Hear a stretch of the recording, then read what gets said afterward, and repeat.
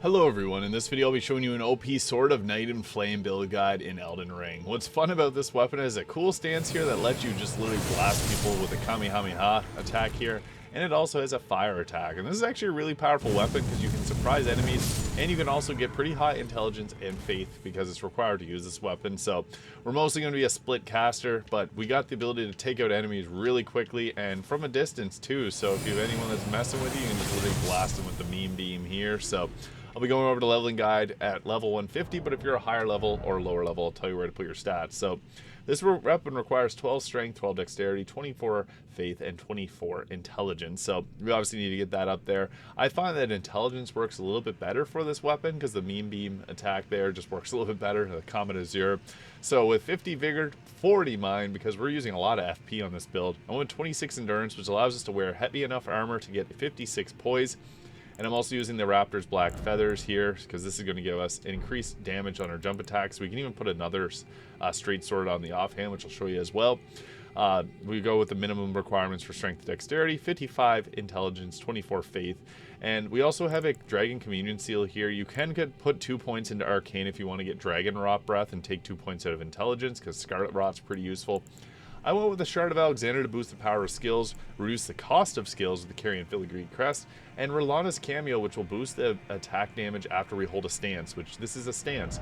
However, if you don't have the DLC, you won't be able to get that, so I'd even recommend going with the Graven Mass Talisman, so that's another good one. It's going to boost the potency of our sorceries, because we also have a lot of sorceries that we can cast, because it's not the easiest thing to land the attacks with this, so sometimes it's best to, I guess we'll start off with boosting ourselves with Flame Grant Me Strength. This gives us a big boost for our damage, so you want to start with that. And then Ancient Death Rancor here is a nice spell because it does require 24 faith. But the nice thing about it is it staggers the enemy so then you can hit them with the attack here. So against bosses, it's a great weapon for stagger.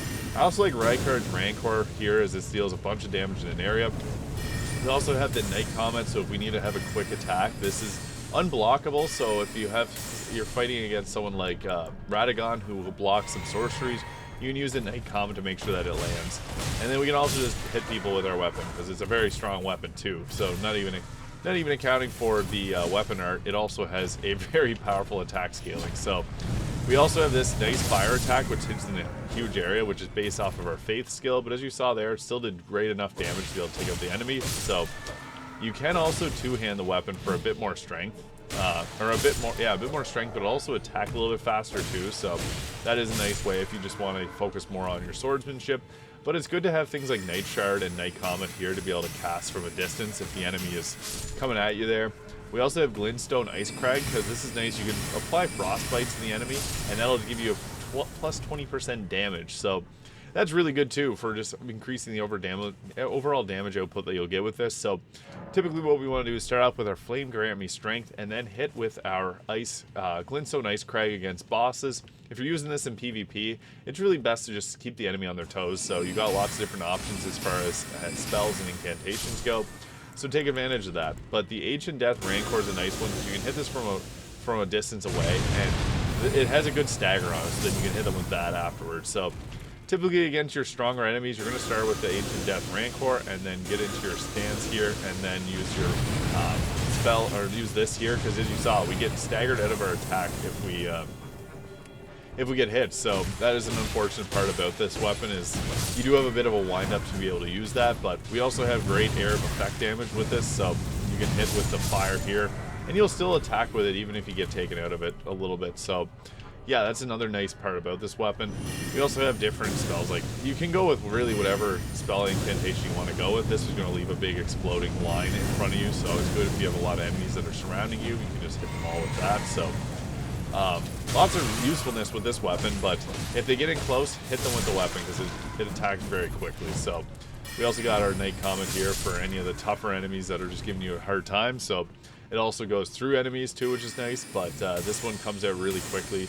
He is shielding, which is kind of annoying, and it won't go through shields, but then he lifts his shield and he gets wrecked there. So yeah, you typically want to use this attack as much as you can because it does a ton of damage. So it's a very fun one to use. I would split your flask between the cerulean ones as well as the healing ones, because you kind of have a bit of both going on with this build. And for our Wondrous Physic, I'll show you what we'll be using for that as well, because there is some great options you can go with. I like increasing the posture damage and the blood-sucking crack tier, which will increase our damage, but this is a DLC exclusive, so Cerulean Hidden tier, and just go hard with your spell casting, as this will reduce the cost of it. You can even go with like one that gives you half health, half FP.